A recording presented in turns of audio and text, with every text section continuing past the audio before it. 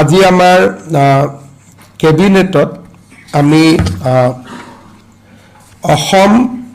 অষ্টম Assam pay commission যেটো ৰাজ্যৰ চৰকাৰৰ কৰ্মচাৰীসকলক 1 জানুৱাৰী তাৰিখে আমি ঘোষণা কৰিছিলোঁ যে ৰাজ্যত আমি অষ্টম বিত্ত আয়োগ বা দৰমহা আয়োগ গঠন কৰিম। এই অষ্টম দৰমহা আয়োগখনক আজি আমি পূৰ্ণ ৰূপ দিওঁ।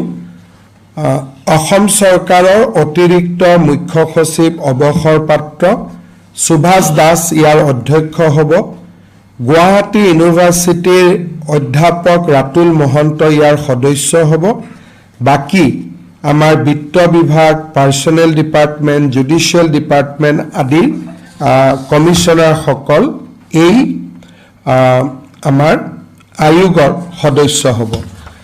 ৰাজ্যৰ অষ্টম দৰমহা আয়োগ গঠনে আমাৰ কৰ্মচাৰীসকলৰ মাজত নিশ্চিতভাৱে আশাৰ সঞ্চাৰ কৰিব, কাৰণ ভাৰত চৰকাৰৰ সমান্তৰালভাৱে আমি পে কমিশ্যনৰ ক্ষেত্ৰত একেলগে আগুৱাই গৈছোঁ।